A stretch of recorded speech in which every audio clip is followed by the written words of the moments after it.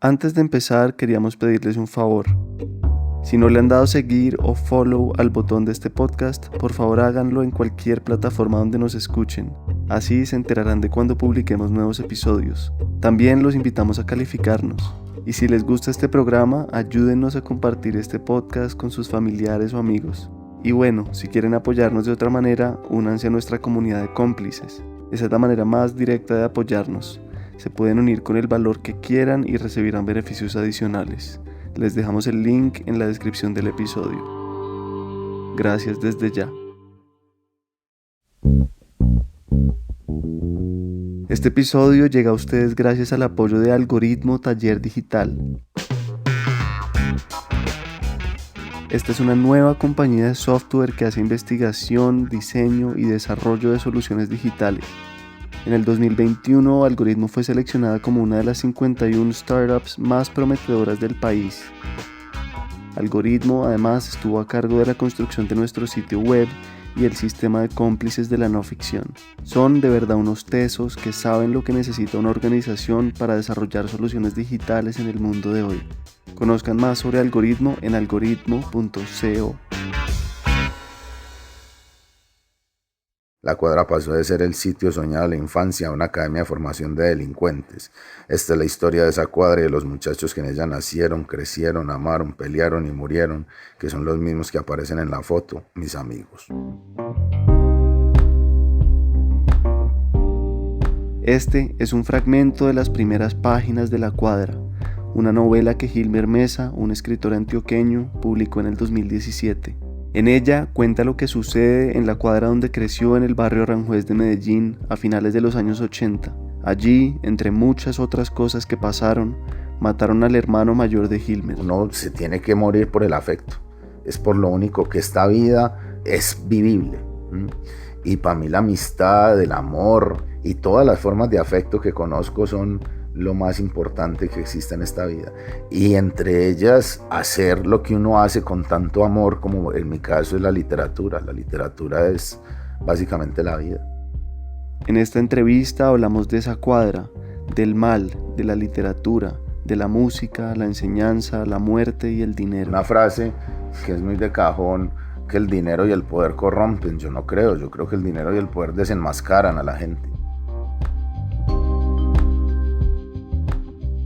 Bienvenidos al Topo, un podcast de entrevistas con personas que tienen formas de vivir y pensar fascinantes.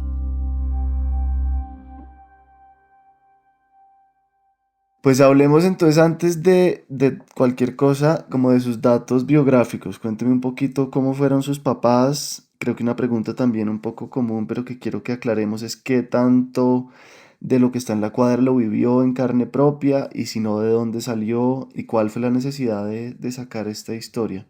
Pero ya arranquemos desde el puro comienzo, como contando cómo lo criaron, quiénes fueron sus papás, y ahí vamos avanzando. Pues mis papás son gente maravillosa, trabajadora. Los dos vienen del campo. Mi mamá viene de una vereda del municipio de Ituango que se llama La Granja. Mi papá viene de un corregimiento de Don Matías que se llama Yorrico. Mi papá terminó siendo camionero, y en uno de esos viajes en el camión conocí a mi mamá, y bueno, ahí ya todo se fue dando. Después se vinieron para acá, para Medellín. Yo soy el segundo hijo del matrimonio y poco más. Gente muy, muy cariñosa, muy afectuosa, aunque con ciertas dificultades para manifestar ese afecto, pero sí con actos tremendos de mucho cariño. Mi infancia fue pues completamente feliz. Fui un muchacho entre la casa y la calle, en un barrio popular en donde la calle es tan importante porque ahí crea uno otros lazos muy distintos y muy bacanos también, y que configuran de alguna manera la personalidad que uno asume en el resto de su vida. Entonces, pues a mí tuve una infancia muy feliz. En la adolescencia ya sí las cosas empiezan a complicarse un poco. Pasa un parteaguas muy importante para mi vida, que es la muerte de mi hermano mayor. Y ahí ya empecé como en otras vainas, empecé a jugar basquetbol, después por eso terminé estudiando también en la universidad. En la universidad conozco la literatura, conozco los libros, a grandes amigos, empiezo a tener un interés extraño por la literatura. Con el tiempo encuentro que ella no solo me acompaña, me cuenta historias, sino que es una manera de estar en el mundo e intento empezar a hacerla. Más o menos así a muy grandes rasgos. Bien, perfecto. Sí, yo creo que vamos ampliando ahí en algunos temas. Cuénteme un poquito más de su hermano mayor, hablemos de él un rato y vamos metiendo ahí pues lo que hay en la cuadra sobre él. Pues mi hermano mayor se llamaba Mauricio Alquíbar Mesa, nada, un muchacho también común y corriente, de esa misma familia, o sea, muy rodeado de amor, muy piloso, muy despierto, como todos los muchachos de esa época, también circunscrito a ciertas dinámicas de un barrio popular y de un barrio popular complicado en los finales de los 80 y principios de los 90. Y para mí era todo un héroe en mi infancia y en mi adolescencia. Y creo, sin temor a equivocarme, que era la persona que más he querido en la vida. Al menos durante el tiempo que estuvo vivo fue la persona que más quise en la vida. ¿A qué edad lo mataron? A los 17, ¿Y ahí qué nos puede contar de qué pasó? pues pasó una cosa muy complicada, muy difícil de hacer, de aprender. Y es que como todos, era un muchacho que creo yo necesitaba sentirse que pertenecía a algo. Y en esa época una de las formas de pertenencia a algo era pertenecer a los combos. Y él terminó enredado en un combo de delincuentes de este barrio. Y por andar haciendo cuestiones de delincuentes, pues lo mataron. Y ya, eso así transformó pues la dinámica de mi vida y de mi familia y nos cambió completamente la perspectiva que teníamos a todos con respecto, supongo yo, que a todas las cosas de la vida. Bueno, gracias y lo siento. ¿Y qué nos puede contar del barrio en esa época y del barrio hoy? Y de Colombia en esas épocas, o de Medellín, pues, en los 80s y 90s. Eso, pues yo en realidad lo único que puedo decir casi es lo que dije en un libro que se llama La Cuadra. O sea, yo hasta los 15 años prácticamente no conocí nada de Medellín, ni incluso de Aranjuez, pues. Solo mi vida se circunscribía a una cuadra y unas pocas manzanas alrededor, que era hasta donde me permitían ir y hasta donde podía llegar. Entonces, en eso era una cuadra muy feliz, de como mucha y como creo yo que casi todas las cuadras de los barrios populares, muy solidaria, muy callejera, en donde habitábamos la mitad del tiempo, estábamos en la calle jugando juegos infantiles y tal, pero además todo estaba como permeado por un ambiente muy hostil, que era un combo de muchachos que se dedicaban a delinquir y que presentaban unas dinámicas particulares con respecto a otros barrios de la ciudad, pero muy similares también a otros barrios que sufrían el mismo fenómeno.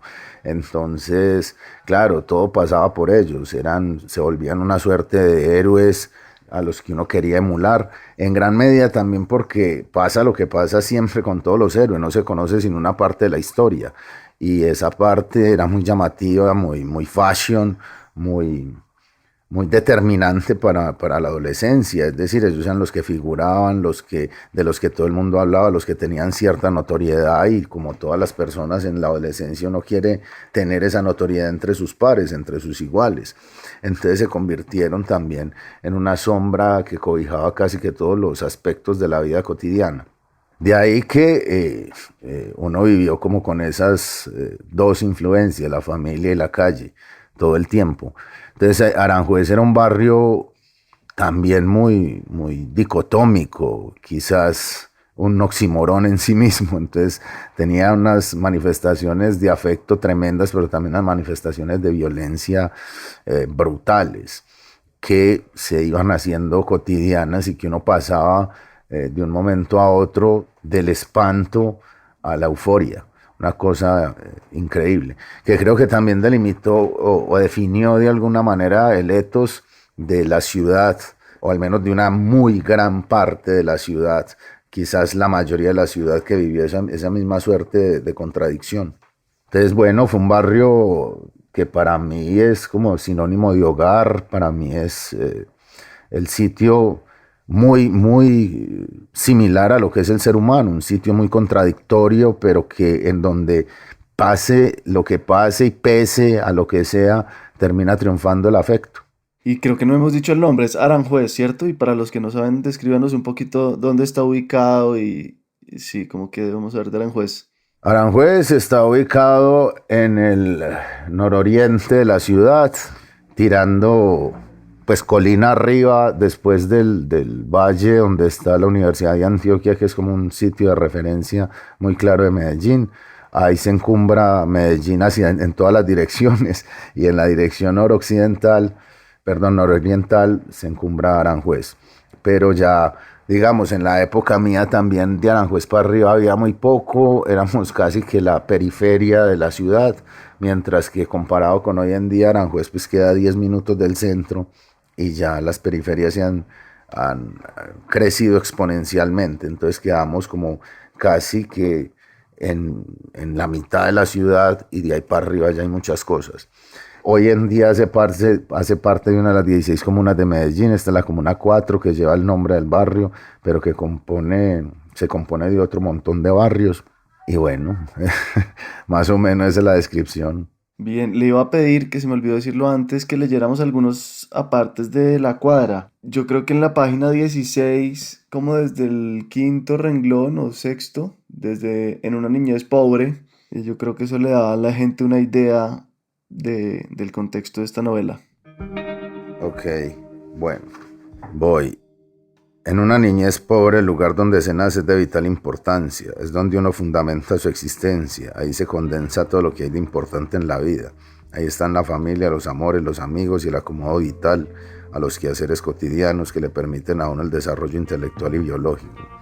Por eso, para uno que nunca conoció más allá de las fronteras del barrio, que no tuvo viajes ni otros paisajes para comparar, que no percibió el universo como algo abierto e infinito, que no participó de la naturaleza como vórtice espiritual, sino que tuvo en todos los ámbitos la cerrazón propia de la enclavada en un barrio popular, de la encerrada por las fronteras invisibles de una ciudad. La cuadra se le transforma en un mundo, en el único e importante mundo que tiene para vivir y crecer. Y la calle personal es la verdadera patria, lo primero que crea un sentido real de posesión en la necesidad de pertenencia que es natural en el ser humano. La cuadra ofrece el primer impulso de satisfacción. Por ella se crea un instinto de afecto que trasciende lo físico. Por eso los que nacimos en una de estas calles siempre creímos que la nuestra era la mejor y se lo hacíamos saber a todo el que se atreviera a compararnos. Por eso en los diciembre nos esforzábamos para engalanarla y que brillara más que las otras. Por eso en los torneos de fútbol hacíamos hasta lo imposible por salir campeones, siempre tratando de demostrarle al barrio que la calle era el mejor vividero del mundo, porque en ella la vida era distinta, y con esa motivación como adarga no fue nada difícil conseguir que todos los habitantes de estas pocas casas que conformaban la cuadra gestaran, alimentaran, patrocinaran y solaparan la creación de un combo que tendría fama mundial y le otorgaría el renombre que con tanto ahínco había buscado desde siempre, algunos de manera frontal, otros de forma tangencial, pero cada uno participando de una forma de violencia ordinaria y privativa de nuestros barrios, y con la quiesencia disimulada de todos, la cuadra pasó de ser el sitio soñado de la infancia a una academia de formación de delincuentes. Esta es la historia de esa cuadra y de los muchachos que en ella nacieron, crecieron, amaron, pelearon y murieron, que son los mismos que aparecen en la foto, mis amigos. Mil gracias. Sí, yo creo que eso describe muy bien lo que se viene. Y bueno, lo que se viene tiene de todo. Hay detalles muy gráficos, sí, hay unas cosas fuertes. Y eso quiero saber, pues como por qué lo hizo, digamos, qué efecto tiene revivir esas cosas y contarlas tan gráficamente y qué impacto ha tenido en las personas, en los lectores y con qué intención se hizo eso. Y también después me cuenta qué tanto de eso tuvo que verlo usted para contarlo. Pues, a ver, empecemos por el final. ¿Qué tanto? Esto es una novela, no es ni un libro de crónicas, ni es la historia oficial de nada. Es una novela, pero eso sí, una novela basada en hechos que no solo ocurrieron, sino que lo más grave, que siguen ocurriendo en esta ciudad. Entonces, pues muchas de esas cosas las vi, otras las viví y otras, muchas, me las contaron. Y yo lo que hice fue acomodarlas todas dentro de un escenario literario, de un panorama literario de creación mía, en donde cupiera, ¿cierto? amoldar todas esas historias para que dentro del universo literario que yo estaba creando, pues tuvieran cierta consistencia, cierta coherencia y terminaran contando una historia que era lo que yo quería. Y ahí sí paso a lo otro. ¿Por qué hacerlo? Porque siempre he tenido, bueno, primero yo escribo para tramitar un montón de cosas también que tengo sin tramitar o que estoy intentando tramitarlas.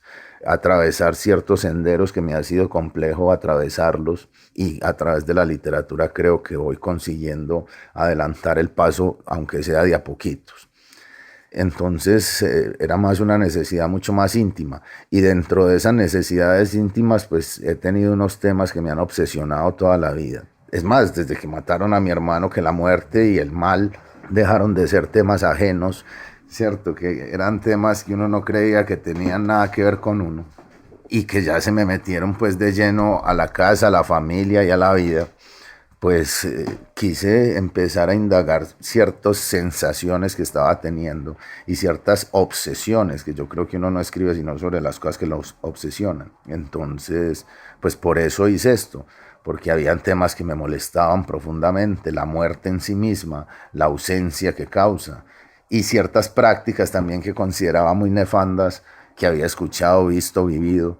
Y bueno, ahí creo que ese libro en específico y también después el otro que hice son una ampliación de esas preguntas. Y cuénteme como de la maldad, sí, como ese tema del mal que ha explorado, cómo lo concibe, a qué se debe. No, ojalá pudiera explicar yo a qué se debe. Yo lo que he intentado justamente en los libros que hago es indagar el porqué del mal, porque pareciera a veces con ciertos comportamientos que despliega el ser humano que fuera una cosa endógena, que viniera con él, que tuviéramos casi que una pulsión natural hacia el mal. Es más, yo creo que todos los esfuerzos civilizatorios del hombre ha sido por frenar el mal y la violencia congénita que trae, ¿cierto?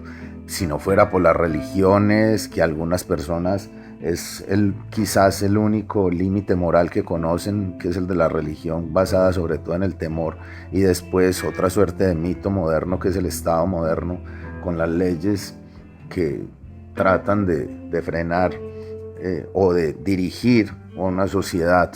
Yo creo que el hombre desplegaría con mayor libertad y fuerza la monstruosidad que tiene.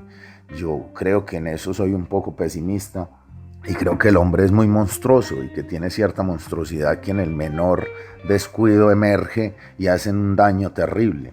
También, obvio, creo profundamente en el afecto. Creo que el afecto vence a la maldad y vence a la muerte también. Pero digamos que la maldad, al no necesitar tampoco un proceso mental como si lo necesita el afecto, suele triunfar la mayoría de las veces. Bien, y hablemos del dinero también y de los privilegios.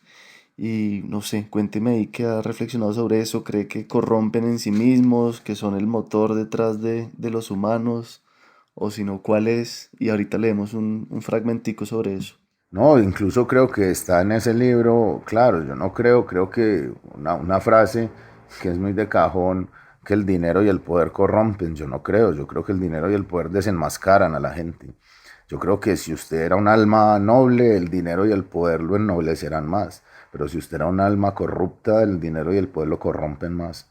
Creo que son, eso sí, un puente que permite explayarse en ese carácter propio que usted tenga. Entonces, un puente muy expedito, ¿cierto? Que hace que sea más fácil desarrollar sus características bondadosas o sus características nefastas. Entonces, pues en eso sí creo que soy claro. El dinero es un mito moderno, es una forma de tramitar o de transitar mejor de un poder que siempre ha estado asociado al tener, hacerlo más expedito, es decir, darle una forma en la que todos podamos participar en mínimas cantidades y otros en muchas grandes cantidades. Pero yo creo que sí, o sea, yo creo que no hay que confundir el fondo con la forma, y el dinero es la forma, el fondo es lo que cada uno tenga adentro. Y ahí leamos, porfa, en la página 133 un pedacito sobre el dinero. El poder y la plata son una bola de nieve que una vez que empieza a crecer es muy difícil de detener porque envician más que el bazuco. Las personas suelen creer que el poder y el dinero cambian a la gente, pero eso es falso. Lo que hacen el poder y el dinero es que nos desenmascaran, nos ponen en evidencia con nosotros mismos, con nuestras propias miserias. No es que por ser rico y poderoso se volvió malo, malvado ya era. La fortuna y la posición lo que permiten es que opere con mayor soltura esa maldad, y lo más determinante, que se encubra, se justifique y casi siempre se indulte. Chévere. No sé, y ahí me surgió la pregunta un poco, ¿usted detrás de qué está en esta vida? ¿Qué lo llena? ¿Qué lo mueve? A mí todas las formas de afecto que conozco son, creo que el amor de verdad es lo único que podría afirmar categóricamente que es lo que hace que la vida valga la pena. Incluso una expresión muy particular, esa de valer la pena, que hablo por ahí en otra novela de ella. Como que todo lo que es importante en la vida deviniera de una pena. Cosa que ya nos sitúa en una posición muy desventajosa. ¿Qué será que viene de la religión esa frase o qué? Sí, claro, claro, pues que uno no puede pasar por encima de 3000 años de judeocristianismo tan complejo que a mano encontramos todos los días en todas partes y que nos ha hecho creer que en serio todo lo valioso deviene de una pena, pero bueno, en eso estamos.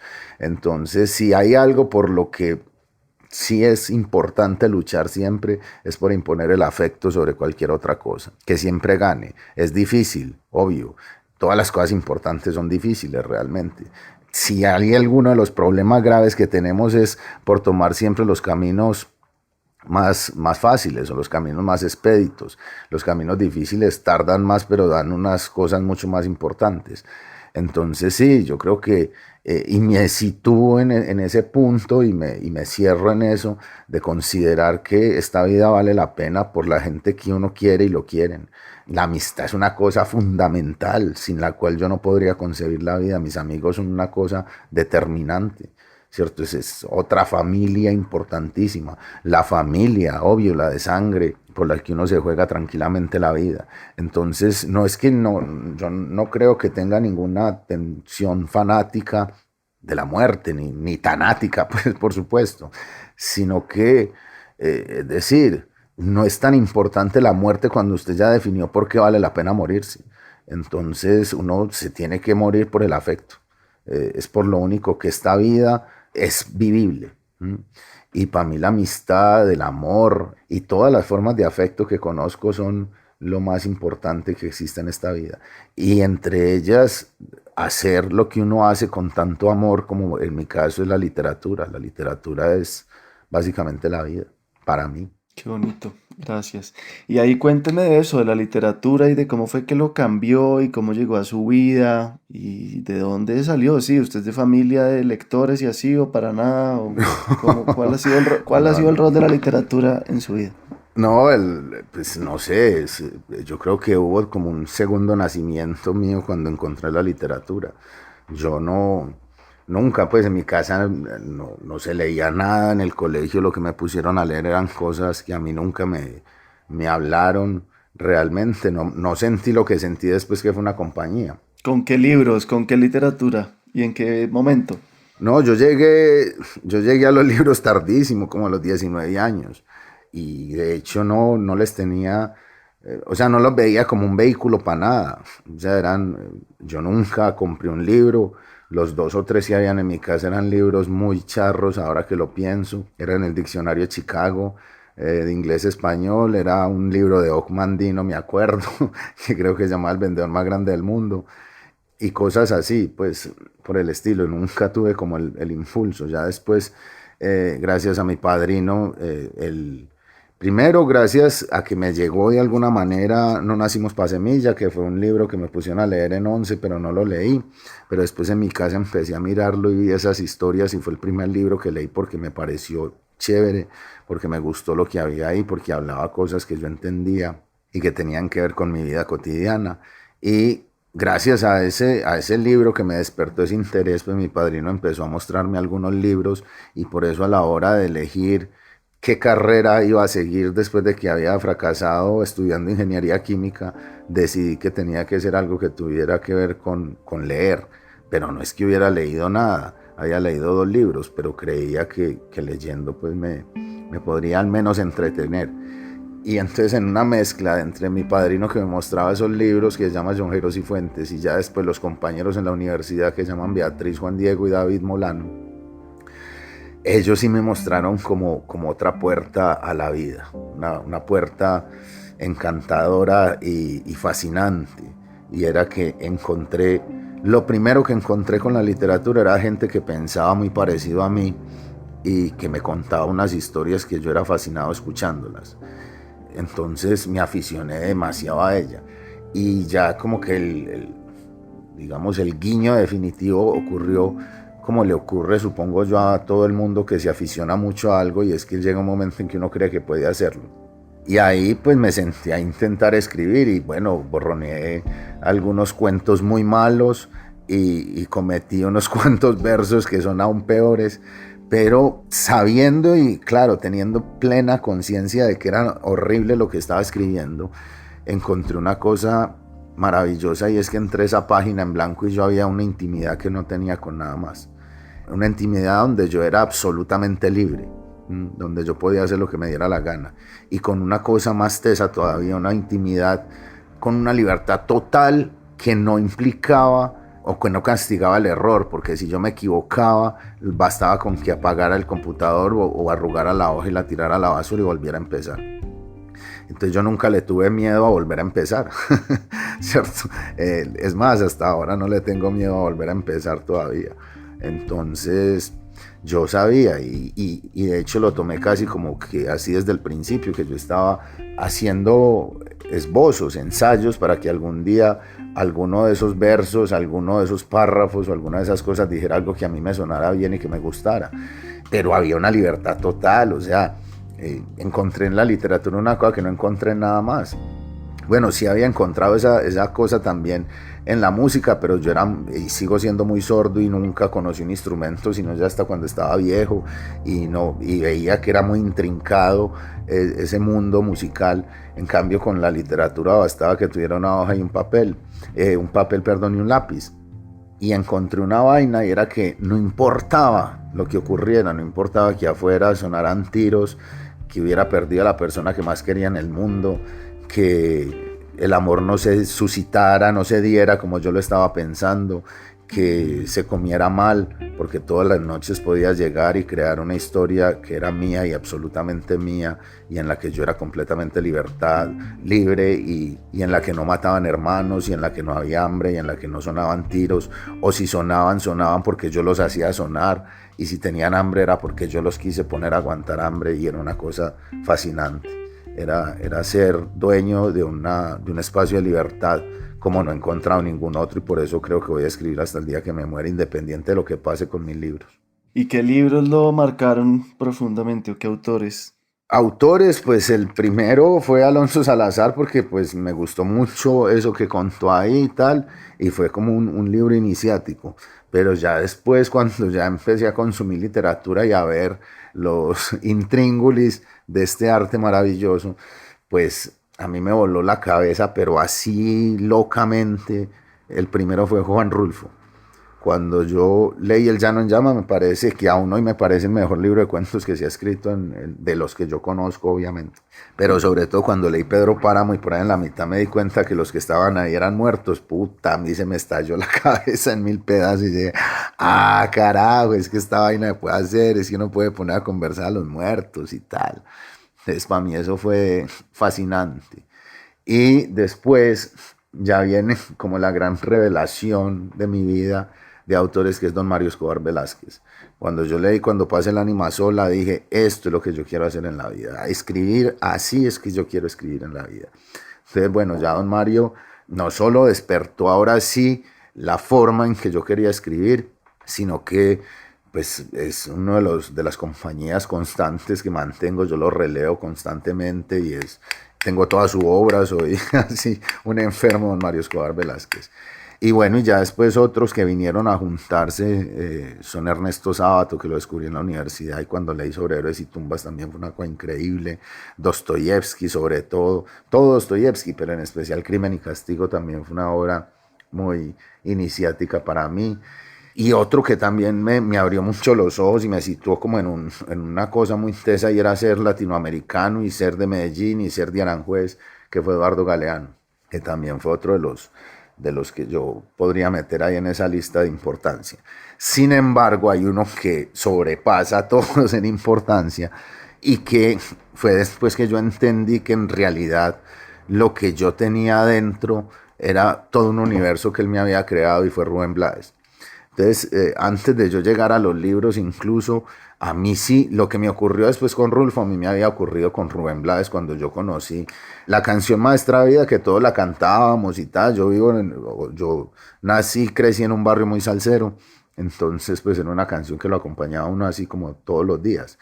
Sin embargo, después me enteré que eran dos trabajos musicales que contaban toda la historia de una familia, que era la familia de Carmelo da Silva, y después con su hijo Ramiro y su nieto, y creó todo un universo literario, pero yo eso no lo sabía cuando lo descubrí, pero sí me impactó que en la música alguien pudiera hacer una cosa que después vi que era pues muy común en la literatura, como Cien Años de Soledad y como Balandú de Manuel Mejía Vallejo y como todo esto. Pero yo ahí entendí un montón de cosas que vi un montón de cosas que entendí mucho tiempo después, y es que Rubén Blades creó un mundo que se llama Hispanía, en donde hay un barrio que se llama Salsipuedes, en donde hay un montón de personajes desde Adán García, Pedro Navaja, Pablo Pueblo y toda la historia del Maestra Vida, que además después tiene una continuación en otro álbum que es Canciones del Solar de los Aburridos.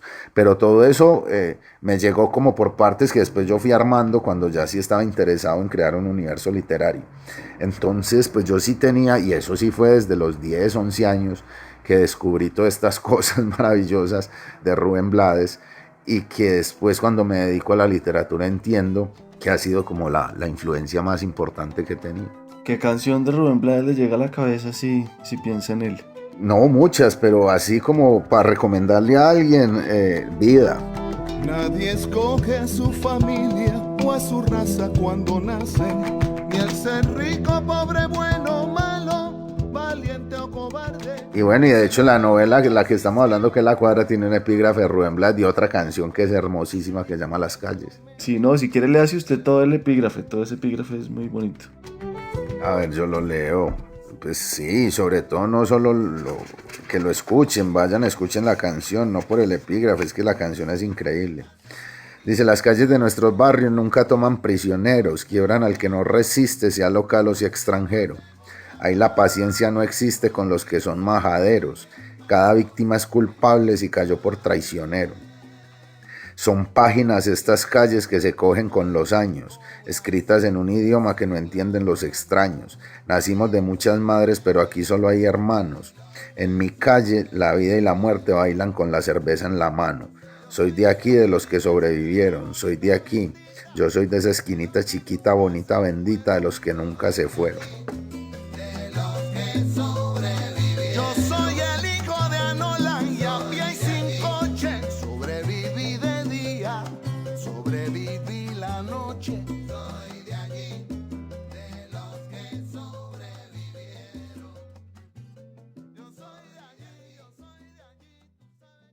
Cuénteme de su relación con Alcolíricos, justamente ahora que estamos hablando aquí de música. ¿Cómo se encontraron? ¿Cómo convergen?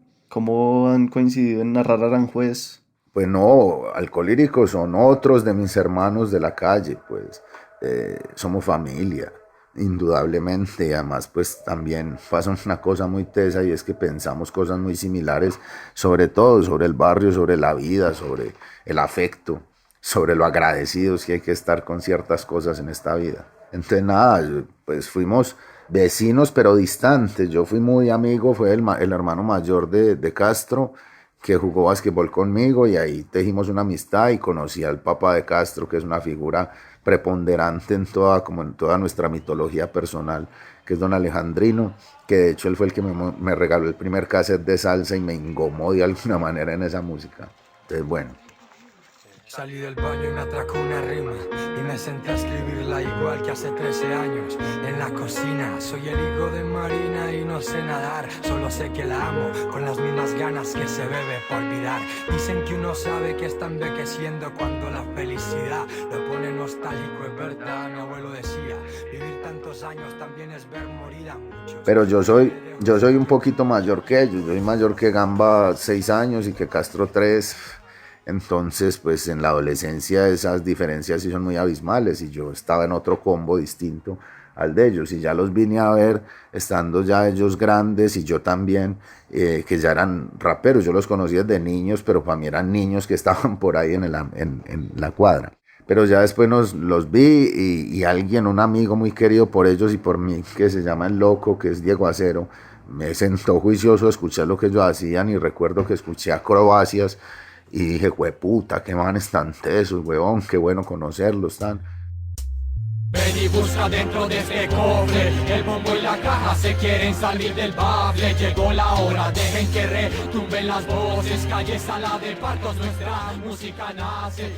Y entonces pues no era conocerlos, era qué bueno encontrarnos nuevamente y la cita se dio un día allá afuera de un bar y desde ese momento al otro día ya éramos otra vez muy amigos y empecé a parchar con ellos y a estar pendiente de lo que hacían y ellos de lo que yo hacía, y al punto que cuando escribí la cuadra los primeros que se las mandé fue a Castro y a Gamba y ellos les pareció una maravilla. Entonces bueno, ya ahí empezamos a tejer otra historia que nos mantiene unidos y bueno, y somos muy amigos.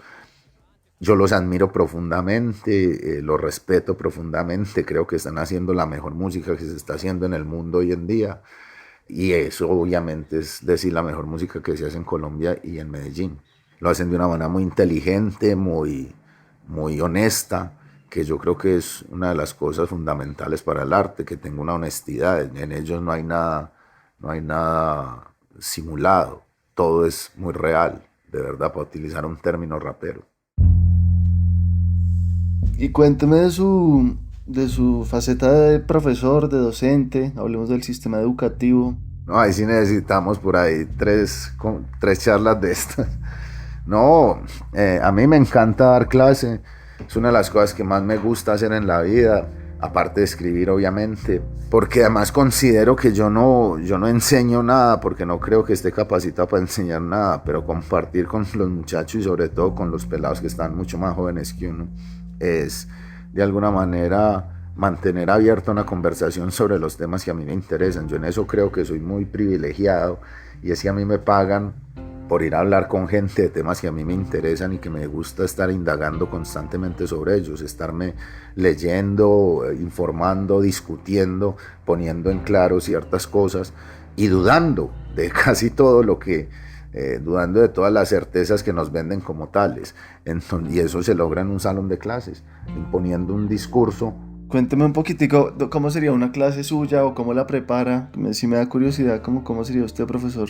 No, pues, no, es que ahí sí ya me queda muy difícil. No, yo no sé, yo llego y del tema que vamos a hablar, pues cuento lo poco, muy poco que conozco al respecto e invito a la gente. Yo no sé, yo creo que es como con todo también. Yo lo que hago es como mostrarles lo que a mí me ha encantado de ese tema, lo que me ha molestado también de esos temas, e intentar crear en ellos una curiosidad para que a través de sus propias búsquedas vayan formando un criterio al respecto de ciertos temas que me parecen fundamentales de nuestra realidad.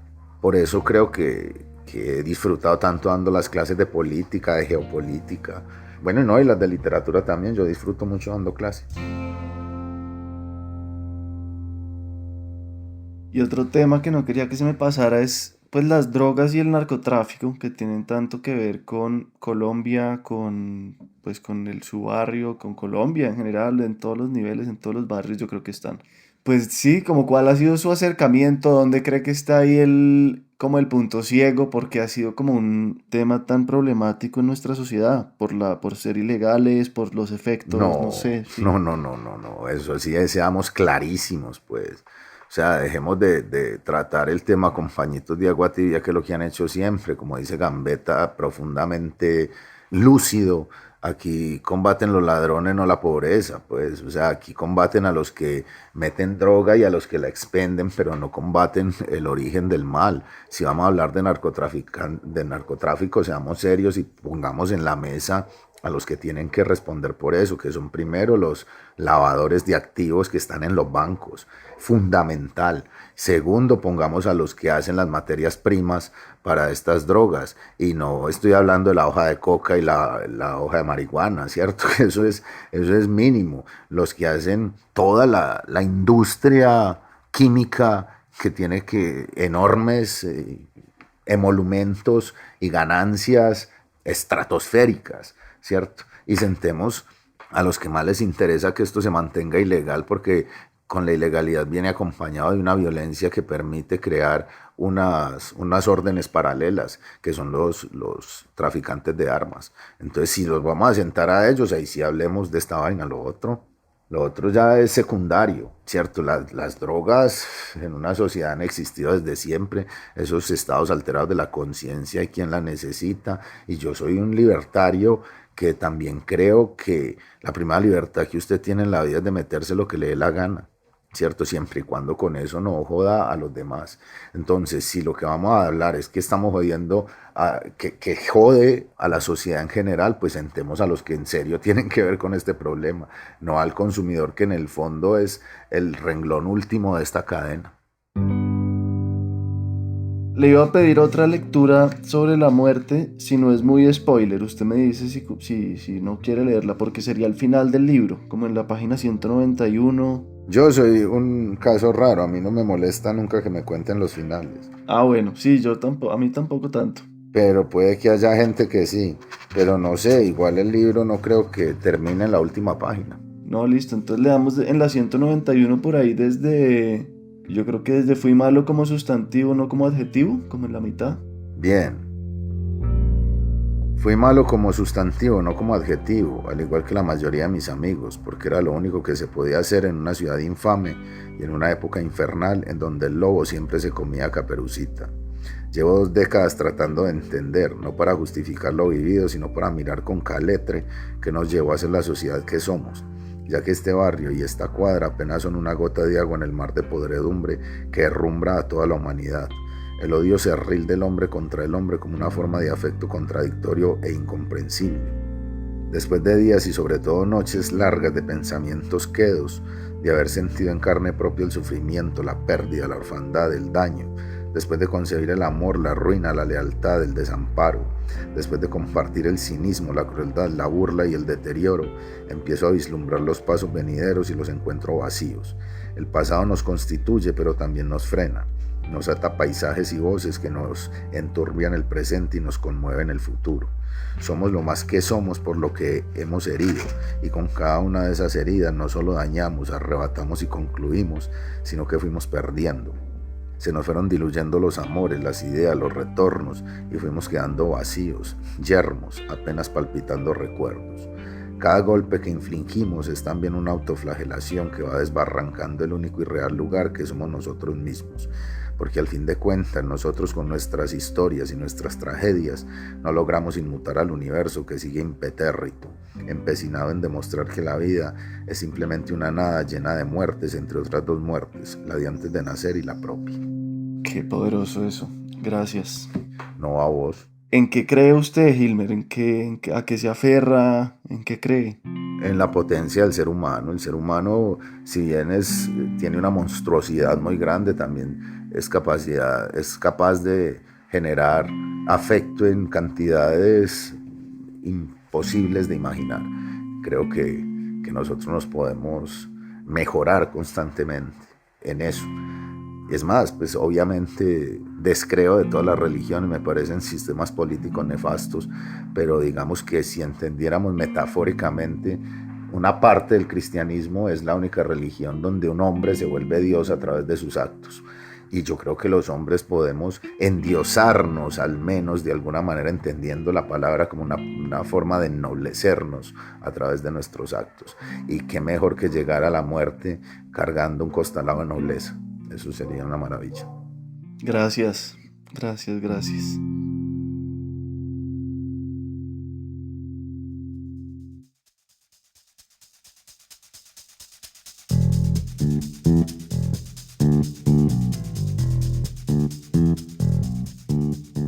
El Topo es una producción de la no ficción. La mezcla y el diseño de sonido de este episodio fueron de Daniel Díaz y Valentina Fonseca. La ilustración de la portada y el manejo de las redes sociales está a cargo de Isabela Soto. Gracias a Margarita Restrepo por gestionar y asistir en la producción de esta entrevista. Mi nombre es Miguel Reyes. Si están interesados en pautar con nosotros, escríbanos y conversamos. Estamos como Podcast El Topo en Instagram y Twitter. Gracias infinitas a quienes hacen este proyecto posible. Algunos de ellos son Adriana Molina, Adriana Moreno, Alexandra Oviedo, Ana González, Ana María Díaz, Ana Mesa, Andrés Camilo Ballén, Andrés Grosso, Andrés Lacerna y Augusto Enero.